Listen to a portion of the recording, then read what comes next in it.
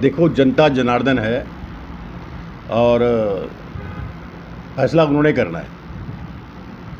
बाकी केंद्रीय हाईकमान के फैसले हैं, पार्टी हाईकमान के फैसले स्वीकारना पड़ता है। सभी जानते हैं कि 17 से मैंने आवेदन करने के बाद मेरे बड़े नेता, जिनको मैं बड़ा सब कुछ मानता हूँ, पिता तुल्य हैं, उनके कहने के बाद ही मैंने जब उनका 22 की तैयारी करो, और 22 में मैंने 4 साल 8 महीने तक लगातार लोगों के बीच में काम किया है। तमाम मेरी माँ बहनों का आशीर्वाद रहा, मेरे भाइयों का आशीर्वाद रहा, मेरे बड़ों का आशीर्वाद रहा। लेकिन दुर्भाग्य रहा मेरा कि मैं लास्ट में टिकट लेने से वंचित रह गया। अब 27 की तैयारी में लोकतंत्र है, सभी लोग तैयारी करते हैं, हम किसी का विरोध नहीं कर सकते। जनता जनार्दन है, जनता सब जानती है कि जनता के सुख दुख में कौन खड़ा हो रहा है। इतने सालों तक तुम कहाँ थे? यहाँ पर कोरोना काल में हाहाकार मचा, पब्लिक में किस प्रकार से आपकी जो सहानुभूति रही, जो लोग आज दिखाई दे रहे हैं। हम बुराई तो किसी की नहीं कर रहे हैं। मेरी लड़ाई ये रही कि देखो, मेरी बात सुनो, धर्मपुर विधानसभा क्षेत्र में नेताओं की कमी नहीं है। पूरन सिंह रावत सीनियर है, मैं ये बात को मानता हूँ, सभी जानते हुए होंगे। तो मैंने लगभग 40 साल मुझे कांग्रेस पार्टी में हो गया, और आशा और उम्मीद करता हूँ कि इस टाइम 27 में पूरन सिंह को टिकट हाईकमान सही आकलन करके देगी। मैंने ये भी कहा कि ये ध्यान देने की आवश्यकता है कि मैंने अपने प्रदेश हाईकमान तक अपनी बात को पहुँचा दिया है कि धर्मपुर विधानसभा क्षेत्र के अंतर्गत अगर पूरन सिंह तुम्हारी सर्वे में सीट निकालने में कामयाब नहीं है, तो जो लोकल में नेतागण और है हमारे, अगर कोई सीनियर नेता अगर माना सपोज करो सीट निकालने में कामयाब है, तो लोकल में ही धर्मपुर विधानसभा क्षेत्र का ही निवास करने वाला सीनियर कांग्रेसी को टिकट मिलती है, सीट निकलेगी। भाई मेरा कहना ये नहीं कि अगर ये लगता है कुछ लोगों की पूरन सिंह सीट नहीं निकाल सकता है, और दावे से कहता हूँ मैं, इस बार ऐसी बात नहीं, धर्मपुर विधानसभा सीट से क्षेत्र से कांग्रेस प्रत्याशी चुनाव जीतेगा। अगर लोकल में पूरन सिंह का होना, मैं ये तो नहीं, वो जनता बताएगी या सर्वे करने वाले बताएंगे। अपने मुँह से क्या कहते हैं, बड़ा बड़ाई ना करे, बड़े ने बोले बोल।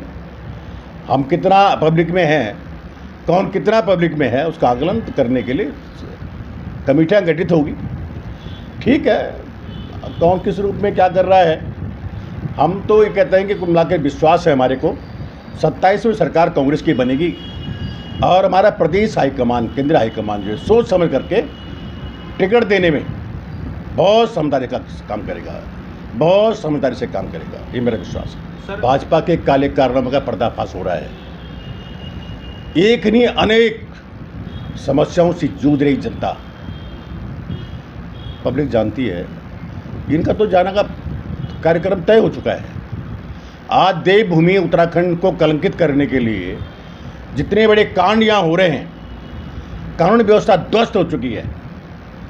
एक कांड नहीं, कई कांड हो चुके हैं। बेटी बचाओ और बेटी पढ़ाओ का नारा देने वाले भाजपा के उन भाजपाइयों को, उन अंधभक्तों को, और मोदी जी और यहाँ के जो मुख्यमंत्री हैं धामी जी को शर्म आनी चाहिए।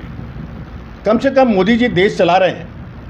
हालात देश की क्या है, टॉप टू बॉटम आज स्थिति ऐसी हो चुकी है, जिन जिन स्टेटों में भाजपा सरकार है, खुलेआम धांधलियाँ हो रही हैं। भ्रष्टाचारी, अत्याचारी, बलात्कारी, तमाम जिस किस्म के लोग, शराब माफिया, भूमि माफिया, कई किस्म की माफिया, उनको संरक्षण मिल रहा है।